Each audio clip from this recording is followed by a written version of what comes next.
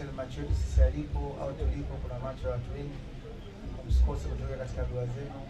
Mwenyezi Mungu baada ya shughuli hii afikishe majumbani salama, lakini pia msiache kumwombea mtoto wetu akawa mtoto mwema, akabarikiwe, awe na umri mrefu kwenye afya, lakini akafanikiwe, akaijue dini, akamjue Mwenyezi Mungu, lakini kesho na kesho kutwa pia Mwenyezi Mungu amjalie pepo naye, lakini atupende wazazi wake, baadaye yeye ndo atulee, na especially mama yake. Najua wakina mama bana, yani kwa atakiwa akija ni mama yake akijisha amshike kwa kweli. Kwa asanteni sana, nashukuru sana mama wangu yuko nayo.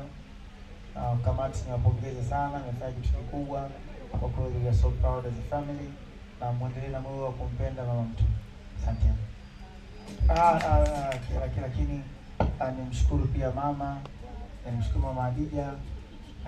Kabisa, najua mama kwa Zura hapa ndo jiko wako wa kwanza. Na Mwenyezi Mungu kujalie sana, wewe mama mwenye upendo sana, na siku zote namwambiaga mama Adija, nikizungumza naye mtu akiuliza definition ya mama bora au mkwe bora ni upi, basi tutamtajia mama Adija. Sana.